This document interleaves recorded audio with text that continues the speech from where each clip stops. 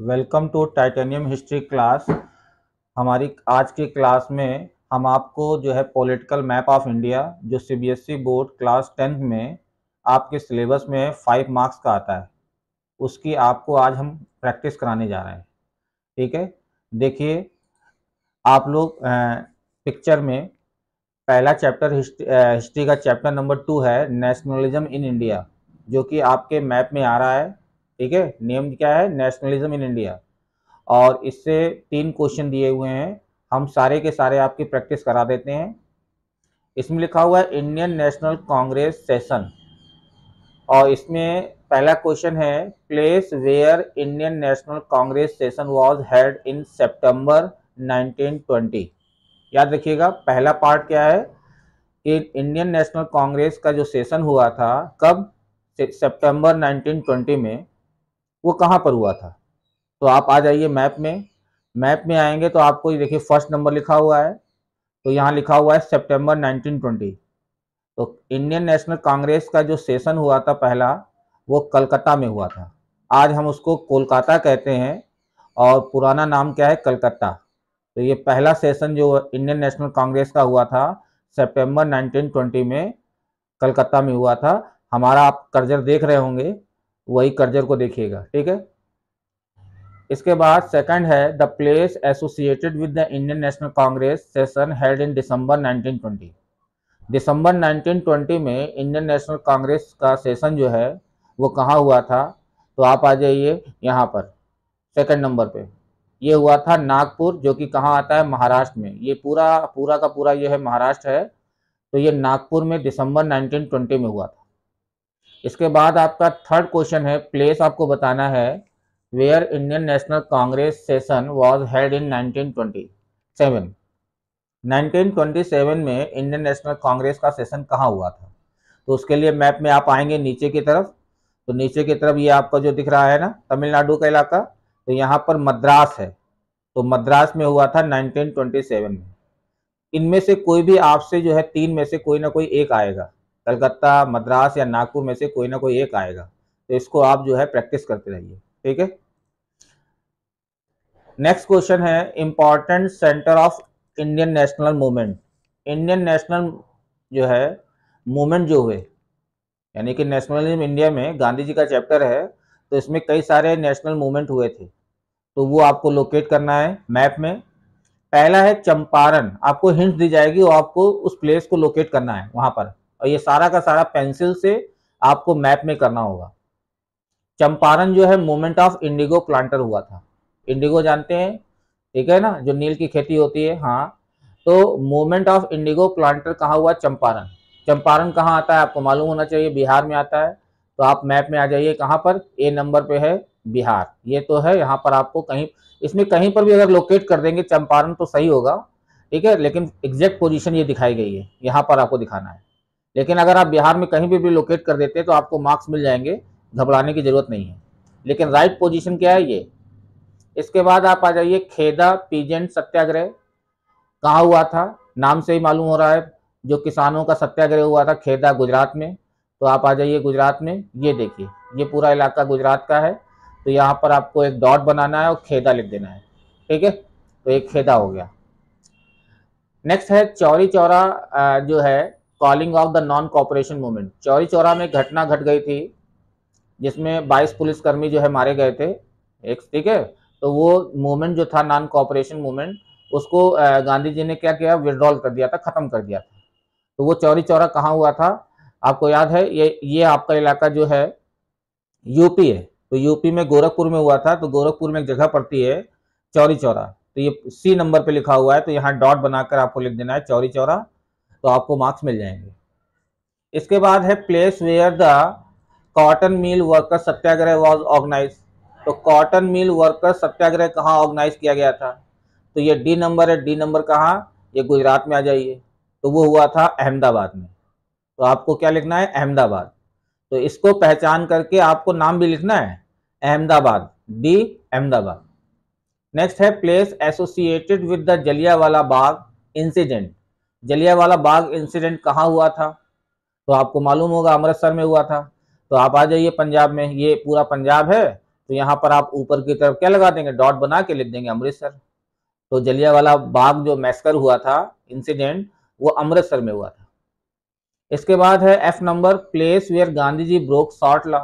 गांधी जी ने जो है नमक कानून कहाँ तोड़ा था, ठीक है, नमक बनाकर। तो उसके लिए आप गुजरात आना पड़ेगा, गुजरात आ जाइए, ये पूरा इलाका गुजरात का है। तो यहाँ पर एक जगह है डांडी, तो डांडी में जो है उन्होंने जो है सॉल्ट लॉ को ब्रोक किया था, ठीक है। तो ये मैप हो गया पहला। कौन सा चैप्टर है, नेशनलिज्म इन इंडिया। अब आगे आगे की तरफ चलते हैं। अगला मैप है रिसोर्स एंड डेवलपमेंट। आपको यहाँ पर जो है टाइप्स ऑफ सॉइल बताई गई हैं। आपको सॉइल को आइडेंटिफाई करना है, कौन सी सॉइल कहाँ पर है। तो कलर से आपको ज़्यादा क्लियर हो जाएगा। जैसे फॉरेस्ट एंड माउंटेनियस सॉइल होती है, ये बॉक्स बने हुए हैं ना कई सारे अलग अलग कलर के, तो इन्हीं से पहचान करनी है। तो फॉरेस्ट और माउंटेनियस जो रॉक होती है, वो जहाँ ग्रीन कलर दिखाया जा रहा है, देखिए ये ऊपर की तरफ जो है यहाँ क्या है, फॉरेस्ट और माउंटेनियस रॉक है। देखिए यहाँ पर भी मिलती है बीच में, ठीक है। फिर इसके बाद यहाँ पर भी है, ये अरुणाचल प्रदेश का थोड़ा सा इलाका आ जाता है, यहाँ पर भी मिलती है। तो जहाँ जहाँ ग्रीन कलर दिख रहा है वो आपका जो है क्या है, वो आपका जो है माउंटेनियस रॉक है। इसके बाद आता है इस कलर से जो है एलुवियल सॉइल रिप्रेजेंट होती है। तो सबसे ज़्यादा पाई जाने वाली सॉइल भी हमारे देश में क्या है, एलुवियल सॉइल है। तो ये देखिए आपके जो है धानी कलर का थोड़ा दिख रहा है, ये कलर जो है एलुवियल सॉइल को रिप्रेजेंट करता है। देखिए ये पूरा ये जो जहाँ जा रहा है, गुजरात में भी कुछ पार्ट में है, और इधर पूरा यूपी तो है ही है, नॉर्दर्न है ना, मध्य प्रदेश में भी थोड़ा आ रहा है। और ये जितना भी कलर आपको दिख रहा है, ये सारा का सारा क्या है, एलुवियल सॉइल है। मैक्सिमम पाई जाने वाली जो सॉइल होती है वो एलुवियल सॉइल होती है। इसके बाद है रेड एंड येलो सॉइल। तो रेड कलर से शो किया गया है, ये यहाँ पर क्या होती है, रेड और येलो सॉइल होती है। ये भी मैक्सिमम मात्रा में आपको दिख रहा है, पाई जाती है। देखिए रेड, जहाँ जहाँ रेड एंड येलो सॉइल है, ये इलाका देखिए इधर भी है ना। हाँ, नीचे साउथ में भी रेड एंड येलो सॉइल पाई जाती है। इसके बाद आती है ब्लैक सॉइल। ब्लैक सॉइल मानी काली मिट्टी, ठीक है। तो ब्लैक सॉइल देखिए ये महाराष्ट्र में तो बहुत पाई जाती है, गुजरात में भी कुछ पार्ट में, ये देखिए गुजरात में भी है, महाराष्ट्र में भी, एमपी में भी थोड़ा पार्ट आ जाता है टच में, नहीं। तो यहाँ पर जितना पार्ट ये शो किया जा रहा है, ये सारे का सारा क्या है, ये ब्लैक सॉइल है। इसके बाद है लेटराइट सॉइल। एक सॉइल होती है लेटराइट सॉइल। ये लेटराइट सॉइल कहाँ है, वेस्टर्न घाट साइड में पाई जाती है। देखिए दिख रहा है आपको, ये वेस्टर्न घाट में, जो वेस्टर्न साइड में है, यहाँ पर आपको लेटराइट सॉइल मिलती है। और कुछ मात्रा में साउथ में ये है, कुछ यहाँ पर भी फुटकर में यहाँ पड़ा हुआ है, ठीक है, लेटराइट सॉइल है। इसके बाद एरिड सॉइल। एरिड मतलब सैंड वाली सॉइल। और एरिड सॉइल तो वहीं पाई जाएगी जहाँ रेगिस्तान है। तो रेगिस्तान कहाँ है, राजस्थान में। तो चलते हैं राजस्थान को। ये पूरा का पूरा इलाका जो है, ये एरिड सॉइल है। यहाँ पर हमारी क्या सॉइल मिलती है, एरिड सॉइल। यहाँ पानी भी कम गिरता है, इसलिए जो है एरिड, मतलब एरिड का मतलब ही होता है जहाँ पानी कम गिरता है। सॉइल होती है सैंड सॉइल होती है, रेतीली मिट्टी, ठीक है, ओके। अब आते हैं आगे, चलते हैं मैप से अगले मैप में। अगला मैप है वाटर रिसोर्स, वाटर रिसोर्सेज। ये भी आपके में चैप्टर में है। तो इसमें आपको रिवर्स और डैम के बारे में बताना है।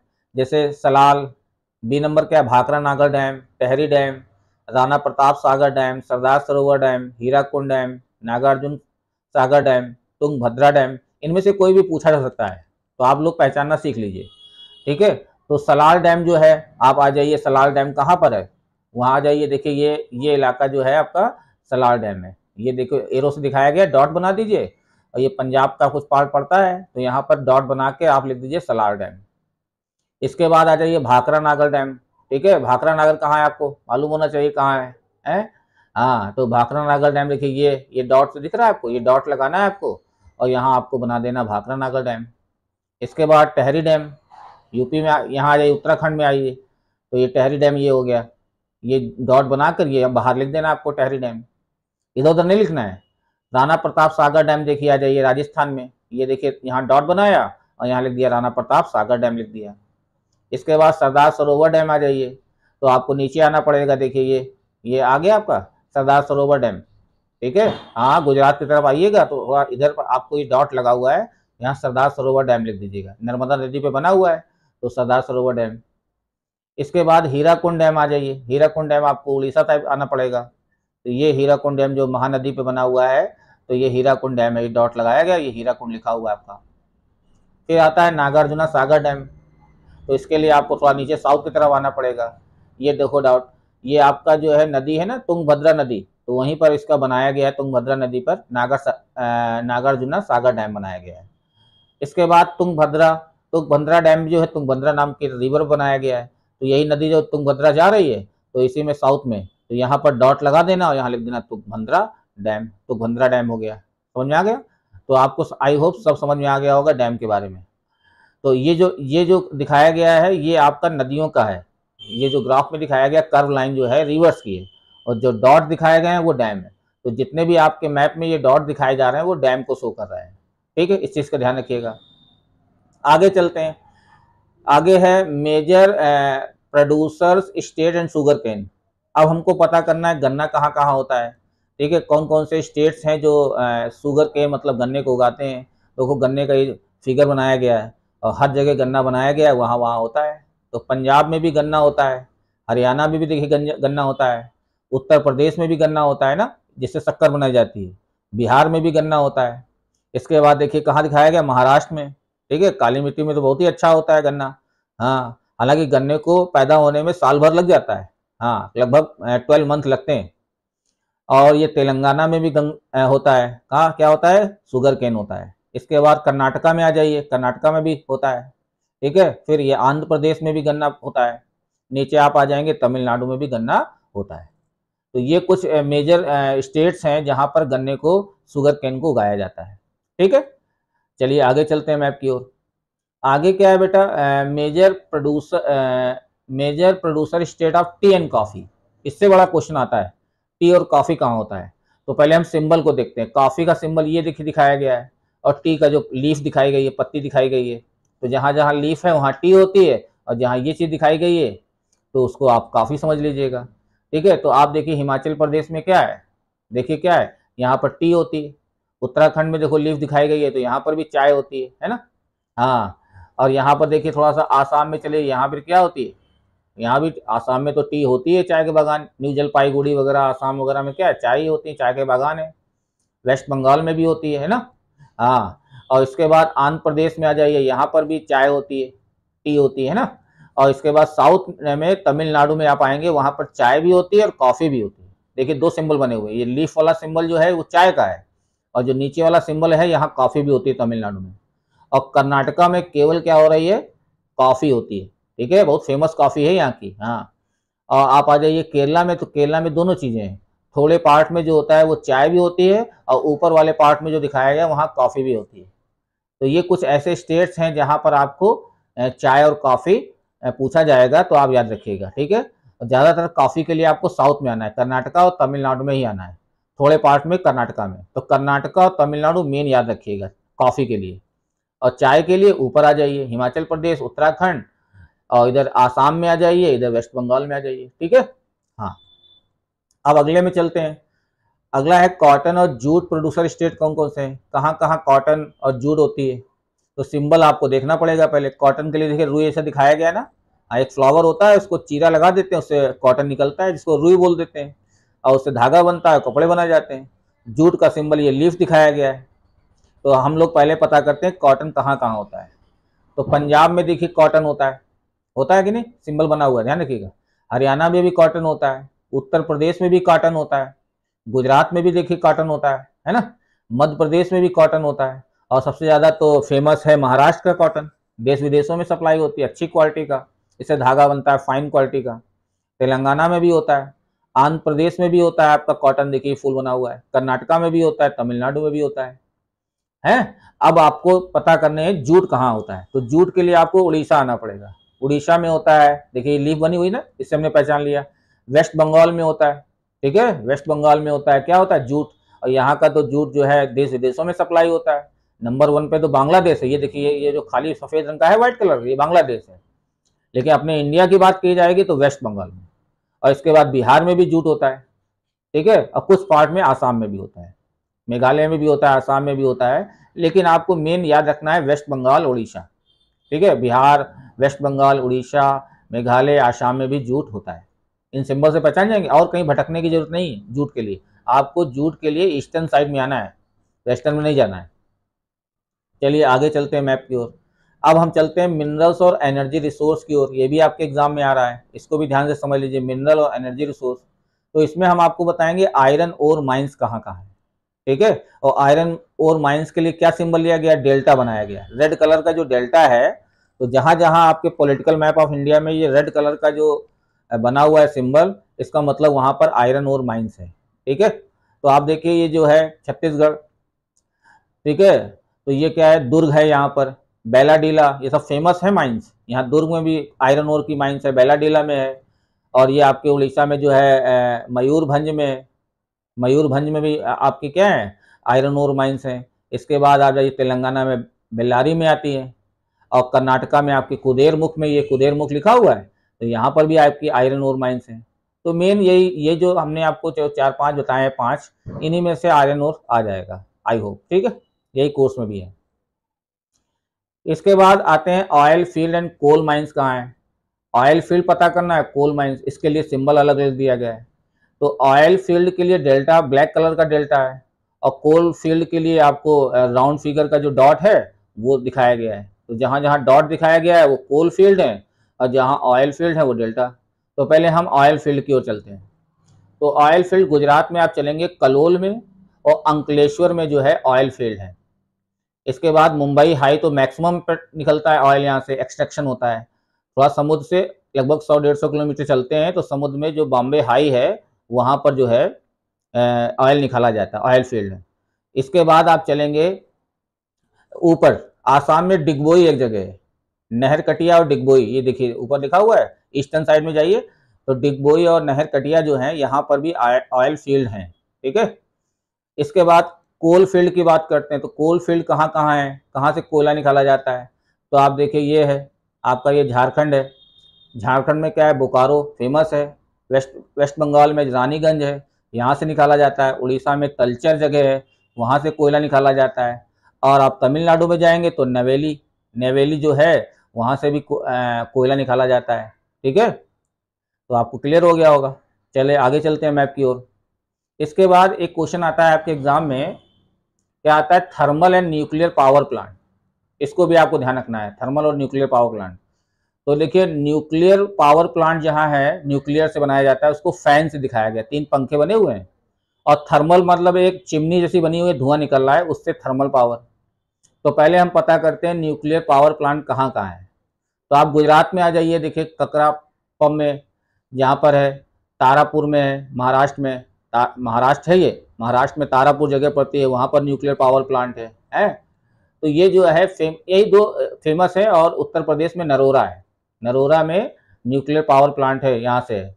इसके बाद साउथ में आप आएंगे, तमिलनाडु में जो है तलपक्कम में आता है न्यूक्लियर पावर प्लांट, ठीक है, याद रखेंगे। हाँ, अब थर्मल पावर प्लांट के बारे में जान लेते हैं। तो थर्मल पावर प्लांट जो है, देखिए मध्य प्रदेश में क्या है, ये सिंगरौली एक जगह है, वहाँ पर है।